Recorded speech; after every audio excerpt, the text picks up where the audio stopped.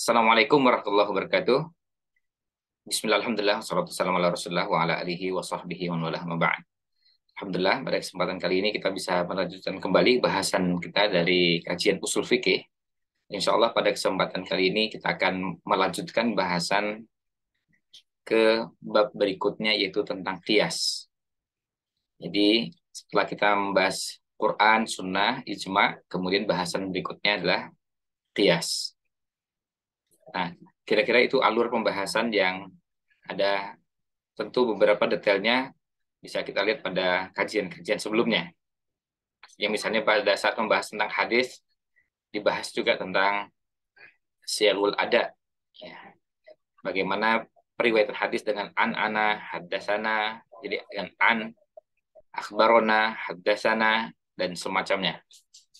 Nah, pada kesempatan kali ini, insya Allah kita akan masuk ke bahasan yang berkaitan dengan qiyas, dan kita akan lihat sama-sama bukunya. Nah, di sini kita bisa lihat sama-sama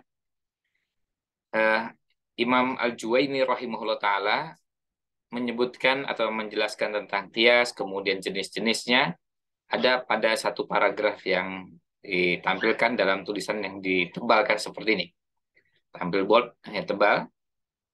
Nah, kita akan bahas ini secara bertahap, satu demi satu. Nah, supaya pembahasan dan alurnya bisa kita bahas dengan tuntas, maka kita akan coba langsung ambil bagian per bagian, kemudian nanti kita lihat penjelasannya. Karena masing-masing penjelasan ini, masing-masing bagian, ada penjelasannya yang perlu kita kaji bersama. Kita ambil terlebih dahulu satu baris pertama ini.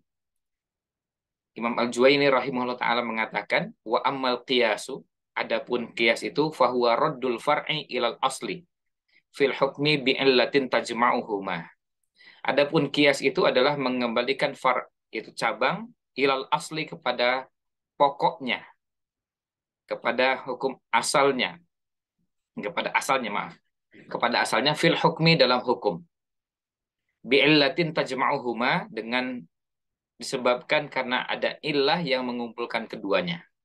Jadi qiyas itu adalah mengembalikan cabang kepada pokoknya dalam hukum karena ada illah yang mengumpulkan keduanya. Artinya hukumnya far' dan hukumnya asal itu akan menjadi sama karena ada illah yang menyatukan keduanya. Nah, untuk lebih lanjutnya, langsung kita lihat penjelasan dari Syekh Abdullah Al-Fauzan. Beliau mengatakan di sini, hadza huwal aslur rabi'u minal usulil lati yustadallu biha.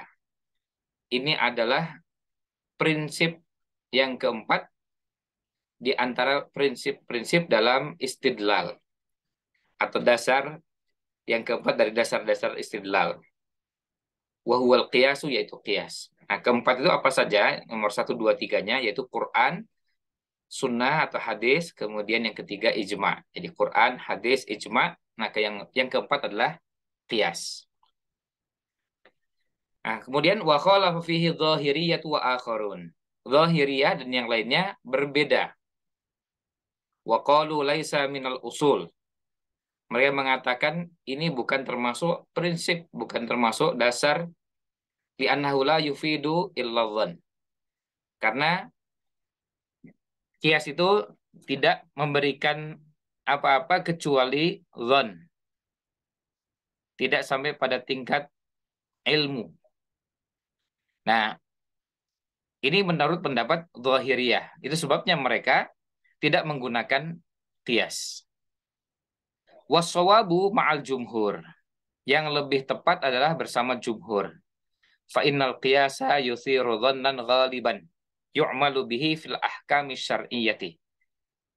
Qiyas itu memberikan pengetahuan sebagai dhan, tapi dhan ghalib, dhan yang dominan, dhan yang dianggap lebih kuat. Yu'malu bihi fil ahkami syar'iyyati, yang dijadikan dasar untuk beramal dalam hukum-hukum syar'i. Wa qauluhum, dan perkataan mereka, la yufidu illa dhan. Perkataan mereka Jangan ulama zahiriyah yang mengatakan la yufidu illa dzan, bahwa kias itu tidak memberikan manfaat kecuali sampai hanya pada tingkat dzan. Nakul, maka kita jawab khabarul wahidi wa nahwihi la yufidu illa dhanni fil asl. Khabar wahid juga sama. Khabar yang diriwayatkan oleh satu orang atau khabar ahad misalnya yang diriwayatkan oleh satu orang, dua orang, tiga orang. Itu juga sama. Sama-sama juga memberikan manfaat hanya sampai pada tingkat dzan, tidak sampai pada tingkat ilmu. Wa ma'hadza yustadallu bihi. Meskipun demikian, dijadikan dalil. Maka kita menggunakan dasar.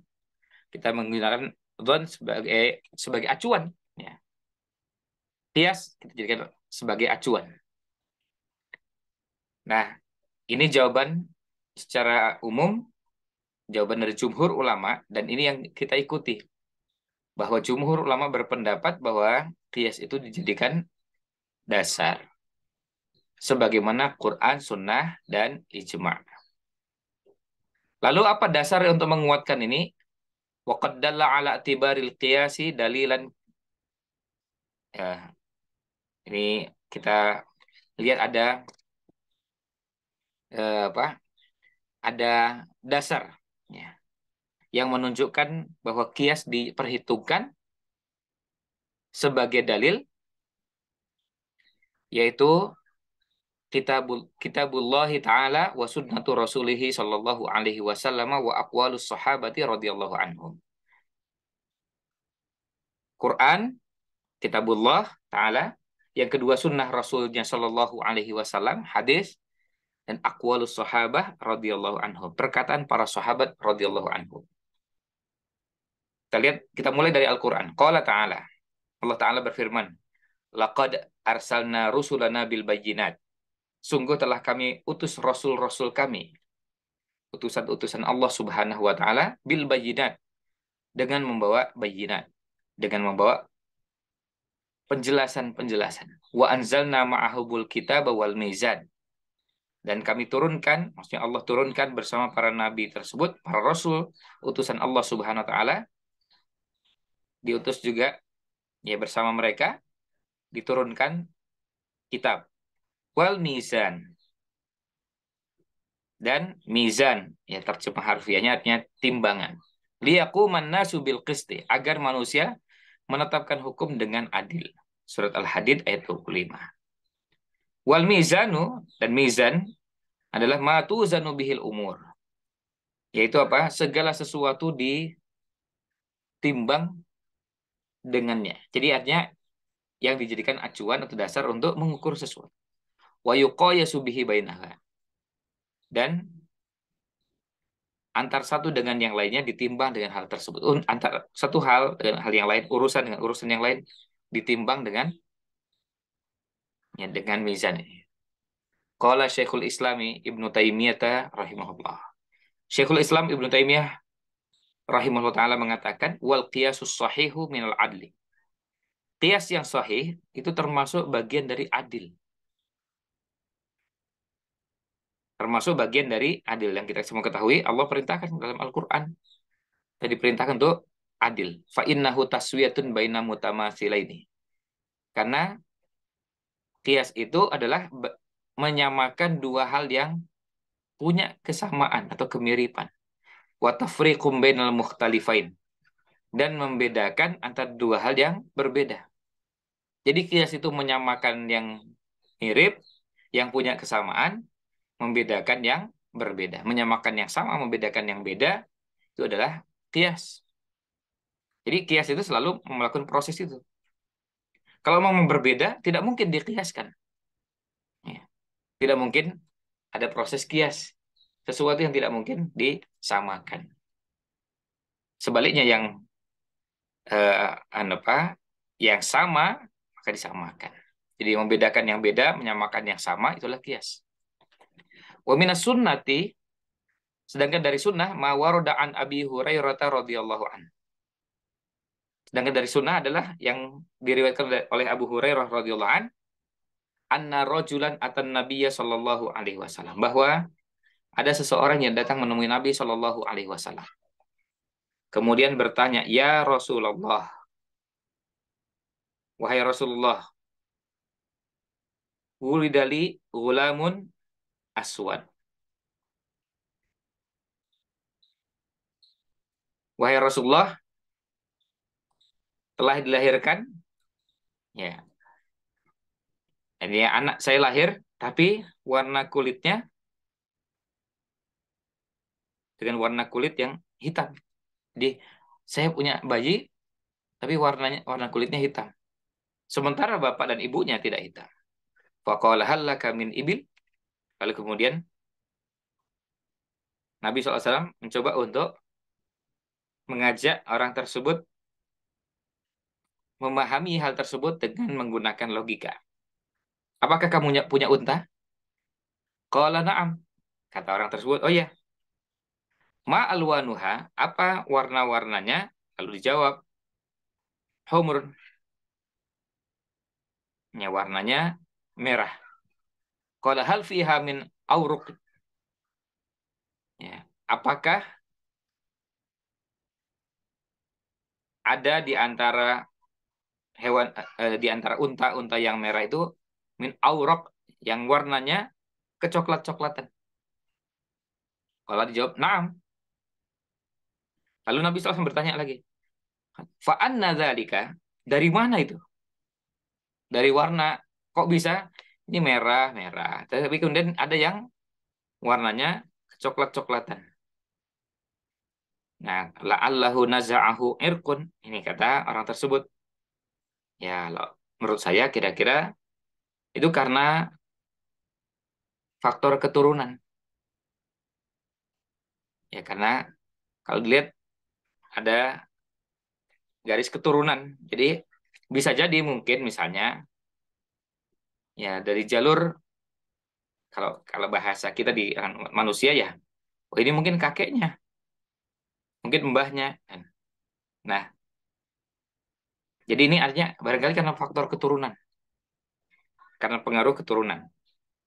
Maka Nabi SAW menjawab, "Fala'alla ibnuka hadza naza'ahu irqun." Nah, lalu kemudian untuk membantu memahami itu kemudian disampaikan bisa jadi anakmu juga begitu. Bisa jadi karena faktor keturunan. Bisa jadi mungkin dari jalur istri. Ada bapaknya yang, nah bisa jadi begitu. Atau dari jalur ibunya. Kalau kita bicara tentang genetika, tentu hal ini bisa dipahami. Kok bisa ada yang punya warna berbeda? Setelah dilihat, oh iya, ternyata kakeknya. Ternyata buyutnya. Langsung bisa dipahami. Nah, di sini, dalam hadis ini jelas kita lihat Nabi SAW menjawabnya dengan menggunakan kias. Unta, manusia. Untuk membantu memahami itu. Untuk membantu memahami kok bisa ada yang anaknya warna kulitnya tidak sama dengan orang tuanya. Nah, ini dari sunnah. Kalau Ibnul Arabi, Imam Ibnul Arabi mengatakan fihi dalilun ala sihhatil qiyasi wal i'tibari bin nadhir. Imam Ibnul Arabi mengatakan ini yang menjadi dalil sahnya kias, benarnya kias. Ya, kita bisa lihat bagaimana Nabi SAW menjelaskan dan kemudian mengantarkannya dengan menggunakan kias pada unta, kemudian dijadikan dasar untuk menunjukkan pada manusia. Wal i'tibari bin nadhir dan mempertimbangkan yang punya kemiripan atau punya kesamaan. Ini namanya yang mempertimbangkan yang ada kemiripan. Yang sama disamakan, yang berbeda dibedakan. Nah, kata Imam Ibnu Arabi dari hadis ini jadi dalil bahwa kias itu adalah sahih. Tadi setelah Quran, kemudian yang kedua hadis, maka yang ketiga adalah wamin aqwalis sahabati. Dari perkataan sahabat. Ya. Dari perkataan sahabat. Kita lihat ma warada fi kitab Umar bin Khattab radhiyallahu an. Kita bisa dapatkan dari suratnya Umar bin Khattab radhiyallahu an ila qadihi Abi Musa al-Asy'ari radhiyallahu an. Kepada qadinya itu Abu Musa al-Asy'ari radhiyallahu an. Wa fihi. Dalam surat tersebut di antaranya beliau mengatakan summal fahma al-fahma. Kemudian pemahaman. Perhatian, artinya ini menunjukkan bahwa Umar bin Khattab menekankan sekali pentingnya pemahaman yang benar, pemahaman yang mendalam. Pahami dengan baik. Banyak persoalan membutuhkan kemampuan seseorang untuk memahami dengan baik. Tidak segera dan tidak cepat-cepat membuat kesimpulan. Fima adla alaika. Jadi, perhatikan ketika Anda dihadapkan pada persoalan, gunakan pemahaman dengan baik secara mendalam untuk persoalan yang ada ini. Mimma waroda alaika. Jadi, pemahaman yang muncul dari benak, dari apa yang bisa dipahami, berangkat dari persoalan yang ada, mimma laisa fi Qur'anin wala sunnatin. Yang tidak ada dalam Quran maupun sunnah. Tapi, sudah punya basic, sudah punya dasar Quran dan sunnah. Maka, nanti di belakang ada pembahasan bahwa kias ini tidak mungkin kita lakukan tanpa pemahaman terhadap Quran dan sunnah. Tanpa pemahaman tentang Quran dan sunnah. Jadi tidak mungkin ada proses kias langsung lompat, tidak menggunakan Quran, tidak menggunakan sunnah. Itu tidak terjadi. Sebab kalau sebuah bahasan itu sudah ada nas Qurannya, sudah ada hadisnya, sudah selesai. Tidak ada kias. Tapi setelah dikaji, ditelaah, dipelajari, ternyata tidak ada di Quran, tidak ada di hadis, nah baru pindah ke kias. Jadi kias tidak mungkin dilakukan kalau ada nas Quran. Begitu ada yang melakukan kias, tapi ada ayat Quran atau ada hadis yang bertentangan, kiasnya sudah langsung tidak berfungsi. Kiasnya langsung batal. Langsung gugur dan tidak bisa digunakan. Karena apa? Karena sudah ada Quran dan Sunnah. Summa qayisil umura indaka wa'rifil amsalah. Kemudian, ya, qayisil umur. Kemudian timbanglah persoalan-persoalan tersebut indaka di sisimu, di hadapanmu, wa'rifil amsalah. Dan ketahuilah yang mirip, yang sejenis, yang semisal, yang sama. Summa'mid fima tara ila ahabbiha ilallahi ta'ala wa asbahiha bilhaq. Kemudian fokuskan, tujukan kepada apa yang engkau lihat itu adalah yang paling dicintai oleh Allah Subhanahu wa taala dan paling mirip dengan kebenaran. Paling dekat dengan kebenaran.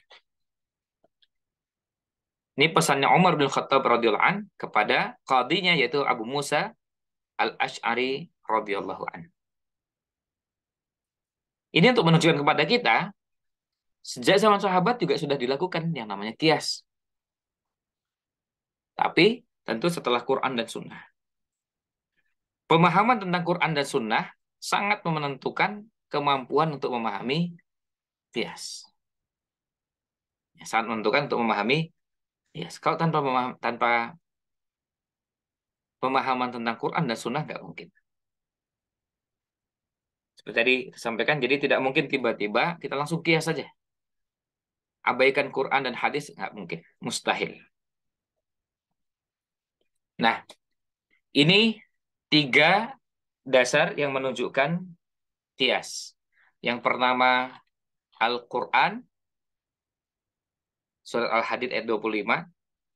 Kemudian yang kedua hadis, itu hadis Abu Hurairah radhiyallahu an berkaitan dengan orang yang punya keturunan tapi anaknya berwarna kulit berbeda dengan kedua orang tuanya.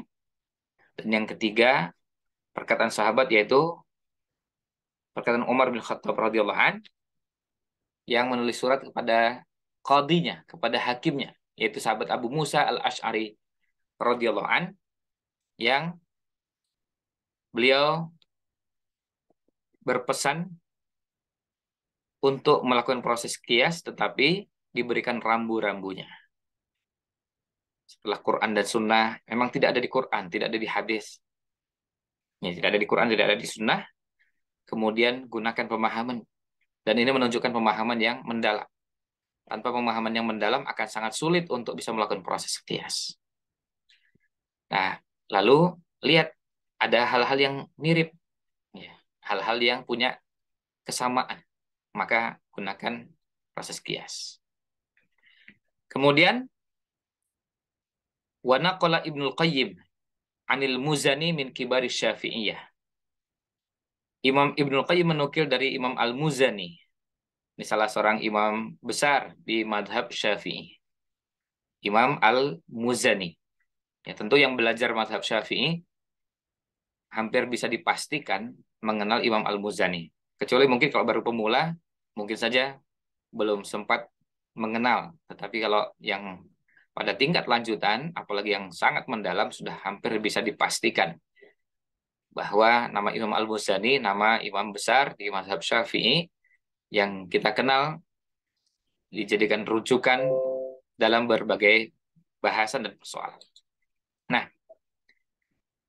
annahu qol, beliau mengatakan al fuqaha min asri Rasuli sallallahu alaihi wasallam ila yaumina hadza. Para fuqaha, para ahli fikih sejak zaman Rasul sallallahu alaihi wasallam sampai zaman kita sekarang, sampai hari ini. Wahalum majarra, dan selanjutnya dan seterusnya. Artinya bukan hanya sampai zaman Imam Al-Muzani, sampai pada zaman berikutnya dan berikutnya begitu seterusnya.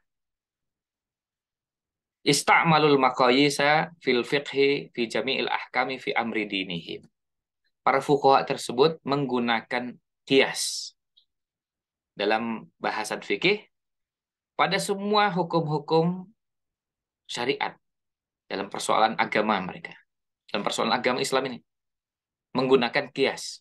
Dan ini sepanjang zaman, bukan hanya pada masa bukan hanya pada masa lalu, misalnya di masanya sahabat saja, tapi berlangsung terus. Mereka menggunakan kias. Dan itu bisa kita kita dapati dengan sangat mudah kalau kita membaca buku-buku fikih. Beberapa ulama mengkiaskan ini dengan itu. Itu hal yang sangat biasa. Sering sekali kita dapatkan kalau kita membuka buku-buku fikih. Jadi satu hal yang lumrah sekali, sangat biasa. Mau madhab Hanafi, lalu Maliki, Syafi'i maupun Hambali, semuanya kita dapati kias ini. Masalah nanti yang dikiaskan itu bahasan yang berhubungan dengan apa, itu masalah lain. Tapi proses menggunakan kias itu satu hal yang sudah umum digunakan oleh para fuqaha. Sejak zaman dulu sampai dengan hari ini, dan kata beliau wahlu majarrah dan seterusnya. Dan kalau kita lihat Imam Al-Muzani hidup sudah sangat lama dari kita berada, ya. Dari zaman kita sekarang, ratusan tahun silam, terus diteruskan lagi oleh ulama berikutnya, misalnya kemudian kita temukan di mazhab Syafi'i juga ada Imam Nawawi, Ibnu Hajar Al-Haytami, dan begitu seterusnya. Sampai zaman kita sekarang, kita lihat mereka semua menggunakan kias. Nah, kemudian waqala, dan beliau mengatakan, rahimahullah ta'ala, wa ajma'u ala anna nadhir al-haqqi haqqun, wa nadhir al-batili batilun. Dan mereka sepakat bahwa yang sama dengan hak adalah al-haq. Jadi artinya maksudnya, yang benar dengan yang benar, yang punya kemiripan, kemudian disamakan. Sebaliknya, yang sama dengan kebatilan, maka dinyatakan sebagai kebatilan. Artinya tadi yang kita sebutkan sebelumnya. Menyamakan yang sama, membedakan yang berbeda. Ini proses yang terjadi pada nas-nas syariat yang terbatas nasnya, tapi persoalannya muncul dan terus berkembang. Ada masalah-masalah baru yang belum pernah ada sebelumnya. Lalu bagaimana menyelesaikannya? Ada proses yang namanya qiyas. Nah, akhirnya kemudian kita ketahui yang mirip dengan hak diikutkan, yang mirip dengan batil diikutkan. Yang hak diikutkan dengan hak, yang batil diikutkan dengan yang batil. Dan begitu seterusnya. Jadi eh, ini proses yang namanya menyamakan yang sama, membedakan yang berbeda. Ya, menyamakan yang sama dan membedakan yang berbeda. Ini yang disampaikan oleh Imam Al-Muzani rahimahullah ta'ala. Nah, jadi dari ulasan yang sudah kita bahas pada kesempatan pertemuan kali ini, kita dapati bahwa qiyas merupakan prinsip keempat setelah Al-Quran, Sunnah, dan Ijma'. Dan inilah pendapatnya jumhur. Berbeda dengan pendapatnya Zahiriyah. Lalu, apa dasarnya bahwa qiyas bisa dipertimbangkan, dijadikan dalil untuk menetapkan hukum? Dasarnya ada ayat Quran, ada hadis, ada perkataan sahabat. Ayat Quran diantaranya firman Allah Ta'ala, laqad arsalna rusulana bil bayyinati wa anzalna ma'ahumul kitaba wal mizan. Nah, mizan di sini, ini qiyas. Liyaquman nasu bil qist. Kemudian, yang kedua, sunnah, hadis. Tentu hadis banyak. Tapi salah satu diantaranya adalah hadis Abu Hurairah radhiyallahu an ketika ada seorang yang datang menemui Rasulullah SAW dan menyatakan, ya Rasulullah, hari ini saya dapat anak, tapi anaknya berwarna kulit hitam berbeda dengan saya dan istri. Hanya berbeda dengan kedua orang tuanya. Lalu Nabi SAW menjawab dengan membuat alur logika yang menggambarkan proses kias, yaitu bagaimana dengan unta-unta. Kamu punya unta nggak? Oh ya punya. Apa saja warnanya? Merah. Ada nggak yang warnanya kecoklat-coklatan? Oh ada. Kok bisa itu? Ada yang warnanya kecoklatan. Kok nggak merah semua? Dijawabnya ya bisa jadi itu karena faktor keturunan. Nabi SAW menjawab juga bisa jadi anakmu juga faktor keturunan. Ya, bisa jadi pengaruhnya bukan dari langsung dari bapak dan ibunya, tetapi ternyata dari mbahnya. Mbah dari mana? Bisa jadi jalur bapak, bisa jadi jalur ibu. Sedangkan perkataan sahabat adalah suratnya Umar bin Khattab radhiyallahu an kepada qadhinya, kepada hakimnya, yaitu Abu Musa al-Asy'ari radhiyallahu an. Bagaimana kalau dihadapkan pada sebuah persoalan, maka diselesaikan dengan cara dipahami dengan baik yang tidak ada dasarnya. Pahami dengan baik, kembalikan ke apa masalah itu kepada apa yang sudah ada dasarnya. Artinya kalau itu ada di Quran tentu selesai, kalau ada di hadis selesai. Tapi kalau tidak ada, maka coba dipahami, lalu bandingkan, lalu ditimbang-timbang yang punya kemiripan. Maka lihat yang paling dicintai oleh Allah dan yang paling dekat pada kebenaran. Dan bahasan terakhirnya adalah nukilan dari Imam Ibnu Qayyim rahimahullah taala yang mengutip dari perkataan Imam Al-Muzani, salah seorang ulama besar di mazhab Syafi'iyah, yang mengatakan bahwa para fuqaha sejak zaman Rasul SAW sampai hari kita dan selanjutnya, mereka juga menggunakannya dan seterusnya, maksudnya para fuqaha dan yang lainnya juga menggunakan qiyas dalam fikih dan berbagai hukum dalam urusan agama ini. Mereka sepakat bahwa yang mirip dengan hak itu adalah al-haq, yang mirip dengan batil adalah kebatil. Jadi melakukan proses yang namanya qiyas. Nah, ini ulasan yang bisa kita bahas pada kesempatan kali ini. Mudah-mudahan ada manfaat yang bisa kita ambil. Mohon maaf jika kurang berkenan. Wallahu a'lam. Sallallahu salam ala Nabi Muhammad wa ala alihi wa sahbihi ajmain. Assalamualaikum warahmatullahi wabarakatuh.